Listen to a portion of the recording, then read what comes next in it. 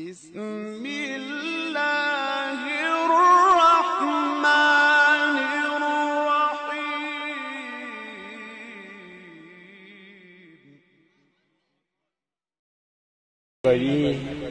سیرت درنو اوریدونکو ستاسو پام راوړو د الحاج مولوي محمد یاسين فهيم صاحب د نبوي سیرت خپرونو ته. پاک نبی پر جهان راغی. بسم الله الرحمن الرحيم. الحمد لله رب العالمين حمد الشاكرين، الصلاة والسلام على سيد الأنبياء والمرسلين سيدنا ونبينا وشفيعنا ومولانا محمد وعلى آله وأصحابه الطيبين الطاهرين. قدرمنو اوریدونکو د ژوند د لارې د خپرونې مینوالو، السلام علیکم ورحمت الله وبرکاته. ستاسو روغتیا او خوشحالي د پاک رب نه غواړم، په دې هیله چې د صحت او عافیت جامې په تن ولرئ او خوشحالي مو په برخه وي. دا دی زه محمد یاسين فهيم د ژوند د لارې د خپرونې په وړاندې کولو کې ستاسو په خدمت کې یم. زموږ د نننۍ خپرونې موضوع بیا هم د محمد رسول الله صلی الله علیه وسلم مبارک سیرت د مکې مکرمې په نارینه او ښځینهو کې ورو ورو اسلام په خپرېدو و او ټولو به د اسلام مقدس دین ته غاړه ایښودله. د دې په مقابل کې قریشو ځینې بېوزله مسلمانان بندیان کړي ول او ځینې نور یې په مختلفو وسیلو او تعذیبونو د اسلام څخه منع کول. یوه ورځ د ماښام څخه وروسته د قریشو د ټولو قبیلو مشران د کعبې تر څنګ راغونډ شوي ول. په خپلو کې سلا مشوره کوله چې د محمد رسول الله صلی الله علیه وسلم سره د هغه د کار په اړه خبره پکار ده او د دې کار څخه یې منع کول ضروري دي. ځکه قریشو دا نشوه زغملی چې د مکې مکرمې خلک ورځ تر بلې د اسلام په مقدس دین باندې مشرف کیږي. د چا په ذریعه محمد رسول الله صلی الله علیه وسلم ته پیغام واستو چې د قریشو مشران درته په حرم کې دننه انتظار ناست دي او څه خبره در سره کوي. رسول الله صلی الله علیه وسلم ډیر په بیړه د هغوی په لورې راغی، ځکه چې د هغوی هدایت ته رسول الله ډیر حریص و، نو ځکه رسول الله ډیر زر تشریف راوړ. رسول الله صلی الله علیه وسلم د هغوی تر مخه کېناست. د قریشو مشرانو په دې ټکو خپلې خبرې پیل کړي او دا یې ویلې چې موږ د قوم په استازیتوب په دې خاطر راستول شوي یو چې تا سره څه خبرې اترې وکړو. په الله قسم ستا په څېر سړی، دا مشرکین رسول الله ته وایي، په الله قسم ستا په شان سړی چې خپل قوم ته یې دومره ستونزې پیدا کړي دي بل نشته. تا زموږ خدایانو ته شکنځلې وکړې، د خپل دین څخه ووتلې، زموږ د هوښیارانو او زیرکو خلکو څخه دې کمعقل او ناپوهه جوړ کړل، خپل قوم دې ټوټې ټوټې کړه. لنډه دا چې هیڅ داسې بد او ناوړه کار داسې پاتې نه دی چې تا نه وي کړی. العیاذ بالله. محمد رسول الله ته دوی دا خبرې کوي او بیا یې رسول الله ته ورزیاته کړه که دا کار دې په دې خاطر پیل کړی وي چې مال او دولت جمع کړي، نو موږ چمتو یو چې تا ته دومره مال راغونډ کړو چې زموږ په منځ کې به تر ټولو مالدار شي. او که د دې کار څخه د هدف او مخه دا وي چې عزت او شرف لاسته راوړي، نو موږ تیار یو چې د خپل مشر او رهبر په توګه دې وټاکو. او که پادشاهي لاسته راوړل غواړي نو پادشاه به دې کړو، او که چیرې د مرض یا میرګو د اغیزې په وجه داسې شوی نو موږ دې ته حاضر یو چې په خپل مالی لګښت ستا درملنه او علاج وکړو. د دې خبرو د اورېدلو څخه وروسته رسول الله صلی الله علیه وسلم په ډیر ډاډ او اطمینان داسې ځواب ورکه، دا هر څه چې تاسو وویل زه د دې څخه بری او بیزاره یم. نه مې ستاسې مال او دولت په کار دی، نه د بادشاهي شوقمن یم، نه د مشري او زعامت غوښتونکی یم، لیکن خبره دا ده چې زه الله ستاسې لورې ته رسول او پیغمبر را استولی یم. پر ما یې کتاب نازل کړی او ما ته یې امر کړی چې زه ستاسې لپاره زیری کوونکی او ویرونکی اوسم. په دې اساس ما تاسې ته د خپل رب پیغام در ورسوه او تاسې ته مې نصیحت وکړه. تاسې د رسول الله ژوند وکړئ، څومره په کړاو سره محمد رسول الله وخت تیر کړی. نو محمد رسول الله صلی الله علیه وسلم بیا ورته وفرمیل که چیرې زما خبر او نصیحت مو ومنلو دا ستاسو لپاره د دنیا او آخرت د کامیابی او نیکمرغۍ زیری دی او که زما پیغام و رد که نو زه به تر هغې پورې د صبر او زغم څخه کار اخلم تر څو الله تعالی زما او ستاسو ترمنځ فیصله وکړي. قریشي مشرانو رسول الله ته ویل که دا کار نه کوې نو بیا دې د خپل رب څخه وغواړه چې ستا د تصدیق لپاره یوه ملائکه راولیږي تر څو له موږ څخه تا خوندي وساتي. همداراز د خپل رب څخه وغواړه چې باغونه ماڼۍ او د سرو او سپینو ذخیرې درکړي. رسول الله صلی الله علیه وسلم ځواب ورکه زه دا کار نشم کولی، زه د دې لپاره نه یم را استول شوی چې دا شیان د خپل رب څخه وغواړم، دا زما د رسالت هدف نه دی. نو هغوی بیا په ډیر سپین سترګي سره رسول الله صلی الله علیه وسلم ته داسې وویل ښه ده نو که ته کولی شې نو په موږ باندې د آسمان یوه برخه راوغورځوه لکه څنګه چې دا خبره ته وایې که رب وغواړي په تاسو به د آسمان یوه حصه راوغورځوي. او رسول الله ته دا ویلي تر څو چې د آسمان یوه برخه په موږ باندې راونه غورځوي موږ په تا باندې ایمان نه راوړو. رسول الله صلی الله علیه وسلم د دې غوښتنو لنډ ځواب داسې ورکه دا د الله کار دی که هغه وغواړي نو همداسې به در سره وکړي. د څه چې تاسو غوښتنه کوئ الله به هماسې در سره وکړي. د قریشو مشرانو بیا محمد رسول الله ته ویلې ای محمده آیا ستا رب د دې څخه بې خبره و العیاذ بالله چې موږ به له تا سره د دې خبرو د څیړنې لپاره مرکه کوو او د دې ذکر شوو شیانو په اړوند به در څخه پوښتنه کوو؟ چې خبر و نو بیا یې تا ته ولې دا خبرې در زده نه کړې؟ دا د هغوی احمقانه او بیوقوفه او کمقلې پوښتنې وې چې د محمد رسول الله نه یې کولې. او رسول الله ته دا وایي موږ خبر شوي یو چې د یمامه په سیمه کې یو کس دی چې د هغه نوم رحمان دی، هغه تا ته دا خبرې درښایي او موږ هیڅکله هم په رحمان باندې ایمان ته تیار نه یو چې په هغه باندې ایمان راوړو او په دې هم پوه شه چې نور د دې کار اجازه نشو درکولی، یا به موږ له منځه ځو او یا به تا له منځه وړو. په دې ګمراهانو کې یو تن وویل موږ خو د ملایکو عبادت کوو، العیاذ بالله هغه د الله لوڼې دي.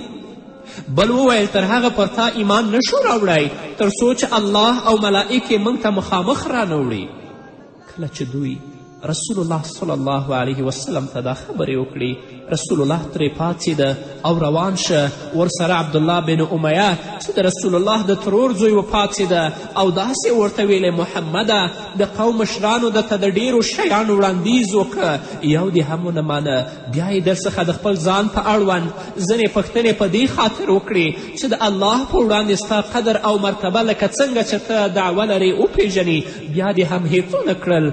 زه خو تر هغې پورې په تا ایمان راوړو ته تیار نه یم تر څو چې زما په مخ کې آسمان ته یوه زینه ودرئ او آسمان ته پورته شي او هغه ځای نه تا سره یوه ملائکه د تصدیق لپاره راکوز شي او ستا تصدیق وکړي او که چیرې داسې هم وکړي بیا هم زه ګمان نه کوم چې ایمان به در باندې راوړم.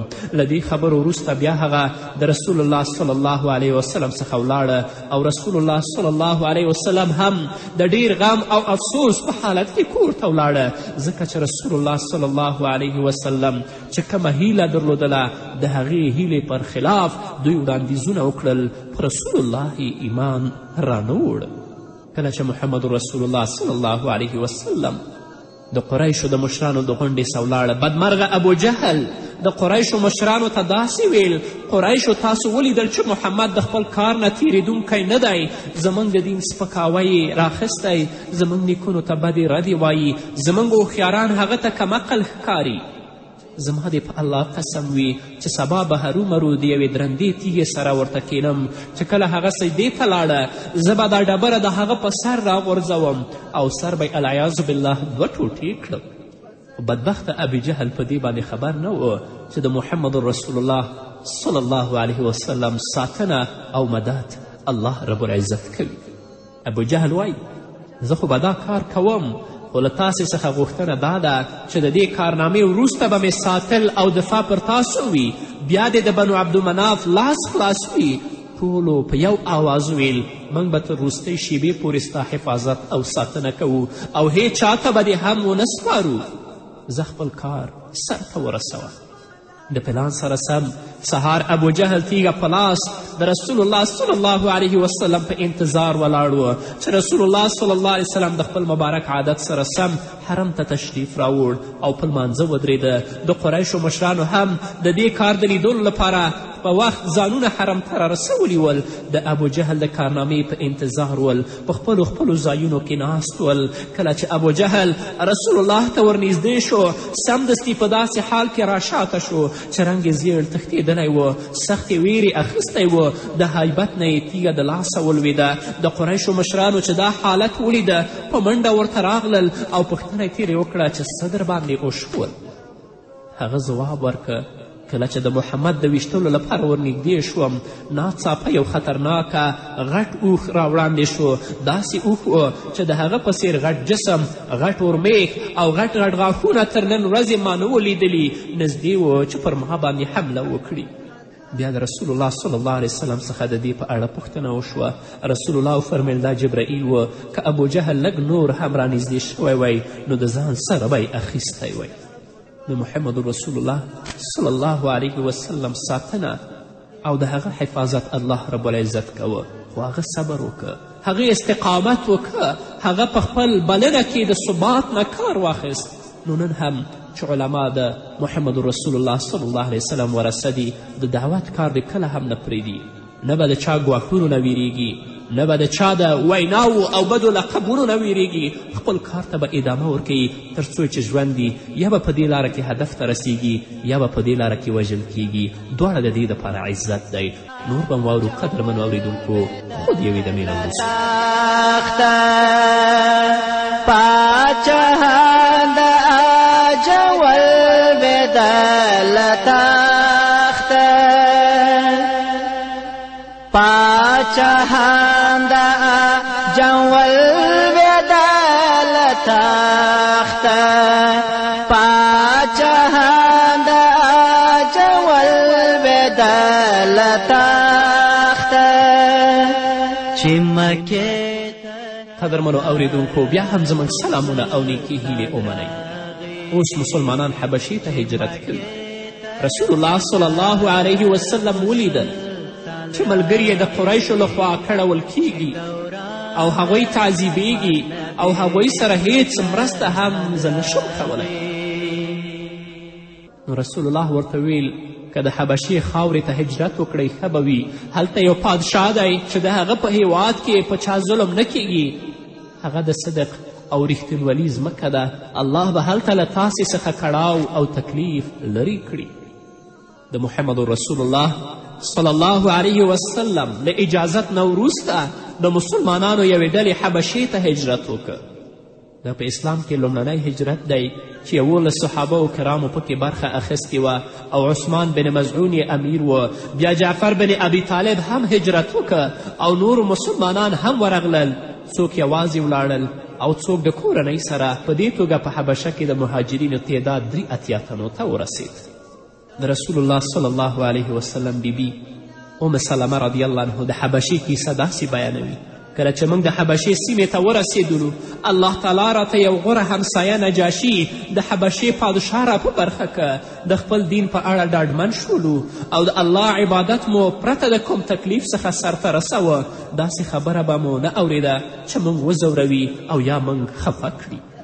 کله چې قریش د دې وضعیت څخه خبر شول چې مسلمانانو هجرت کړی حبشې ته او هلته د دې ډېر درناوی او عزت شوی دی، نو په خپلو کې مشوره وکړه او دا خبره یې غوټه کړه چې باید نجاشي ته 2 تکړه ځوانان د ښکلو او قیمتي ډالیو سره واستو. په هغه وخت کې پوستکی د ډالۍ ورکولو په توګه رواج و. همدا و چې ډیر پوستکي یې راغونډ کړل تر دې چې نجاشي په دربار کې یو تن هم بې ډالۍ پاتې نه شو. او د دې کار لپاره یې عبدالله بن ربیعه او عمر بن عاص وټاکل.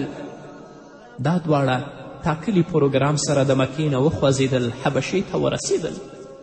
مخکې له دې چې د نجاشي سره خبره مطرح کړي او هغه سره خبره شریکه کړي، په دربار کې موجودو درباریانو باندې ډالۍ وویشلې او بیا یې نجاشي ته هم قیمتي تحفې وړاندې کړي. هغه قبول یې کړي. له دې وروسته یې داسې ورته ویل زموږ ځینې کم عقله کسان ستاسې وطن ته راغلی دي، دوی د خپل قوم دین پریښی او ستاسې په دین کې هم نه دي شامل شوي، بلکې د خپل ځان نه یې داسې نوی دین جوړ کړی دی چې نه موږ پیژنو او نه تاسو پیژنئ. اوس موږ د دوی د قوم مشرانو، سپینګیرو او د دوی پلرونو، د دوی ترونو او خپلوانو ستاسو خدمت ته رالیږلي یو چې دوی موږ سره بیرته ستانه شي او مکې مکرمې ته لاړ شي، ځکه د دوی مشران د دوی په حالت او مصلحت ډیر ښه پوهیږي. درباریانو وویل پادشاه دوی رښتیا وایي او په حقه دي، ورته یې وسپارئ تر څو چې خپل قوم او وطن ته بیرته لاړ شي، ځکه درباریانو توفې او ډالۍ اخیستې وي. ام المؤمنین حضرت سلمه رضی الله عنها فرمایي نجاشي د دې خبرې سره ډیر په غصه شو او ویل هیڅکله هم داسې نشي کیدی. هغه خلک چې زما همسایه‌توب یې غوره کړی، زما وطن او کلي ته راغلي دي، په نورو یې زه غوره ګڼلی یم، څرنګه کیدی شي چې زه یې بې پوښتنې دوی ته وسپارم. نجاشي دا ویل چې زه به له هغوی څخه ضرور پوښتنه کوم، که چیرې خبره هم داسې وه چې دا دواړه کوي ورته به یې وسپارم، او که داسې نه وه نو هیڅکله به یې هم ور ونه سپارم. بیا نجاشي د محمد رسول الله صلی الله علیه وسلم ملګري راوغوښتل. د خپل دین علما یې هم د کتابونو سره راوبلل. په هغه وخت کې نصراني دین و. هغوی خپل کتابونه خلاص کړل او مسلمانانو نه یې پوښتنه وکړه دا کوم نوی دین دی چې تاسې راوړی چې د دې لپاره تاسو د خپل قوم دین پریښی او زموږ دین ته هم نه یې راوښتي. ام المؤمنین رضی الله عنها فرمایي د مسلمانانو په استازیتوب نجاشي سره جعفر بن ابي طالب خبرې کولې چې دا د محمد رسول الله د تره زوی و او داسې ځواب یې ورکړ: ای پادشاه، موږ یو ناپوهه او جاهل قوم وو، موږ به د بتانو عبادت کوو، موږ به مردارې خوړلې، فاش او ناوړه کارونه به مو کول، صلې رحمي به په موږ کې ختمه وه، د همسایه حقوق مو نه پیژندل، هر زورور به کمزوري خوړ. په همدې ترڅ کې الله تعالی په موږ کې یو پیغمبر راواسته و، موږ د هغه د لوړ نسب، رښتینولي او امانتداري اعتراف کوو، او هغه پیغمبر موږ د الله تعالی لورې ته راوبللو چې د هغه وحدانیت ومنو او یوازې د هغه عبادت وکړو، او د کومو تیږو او بوتانو عبادت چې موږ او زموږ پلرونو کوه هغه باید موږ پریږدو. هغه موږ ته د رښتیا ویلو، د امانت ادا کولو، د صلې رحمي او همدارنګه د ښه همسایه‌توب امر کوي.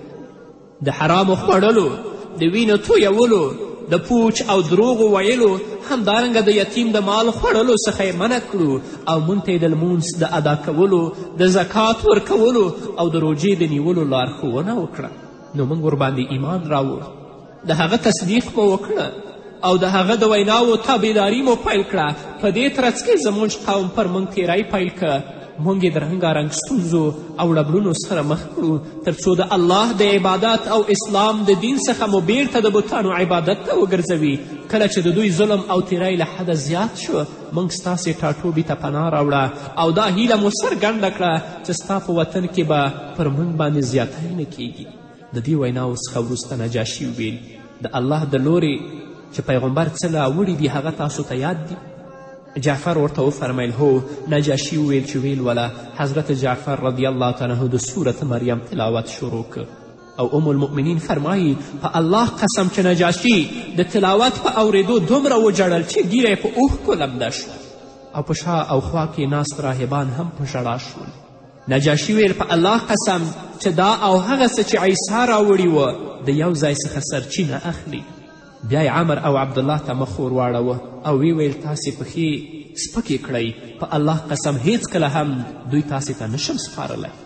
سبا ته عمر بیا د نجاشي دربار ته ځان ور ورسوه او ورته ویل پادشاه، آیا تاسې خبر نه یاست چې دوی د عیسی په اړوند ډیره ناوړه عقیده لري او د هغه په هکله ډیرې ګډې وډې وایي؟ تاسې د دې پلټنه او پوښتنه وکړئ. نجاشي د پلټنې لپاره ام المؤمنین وایي بیا موږ ته احوال راکړه چې دا د مصیبت ډیره سخته لحظه وه. مسلمانان راجمع شول، یو بل ته ویل چې اوس به څه وایو. ټولو په اتفاق دا خبره غوره کړه چې د عیسی په اړوند به هغه خبره کوو کومه چې الله تعالی او د هغه پیغمبر کړې ده. کله چې د دویم ځل لپاره دوی د نجاشي دربار ته حاضر شول. نجاشي ترې پوښتنه وکړه ستاسې د عیسی په اړوند څه نظر دی یا تاسو د عیسی علیه السلام په اړوند څه نظر لرئ؟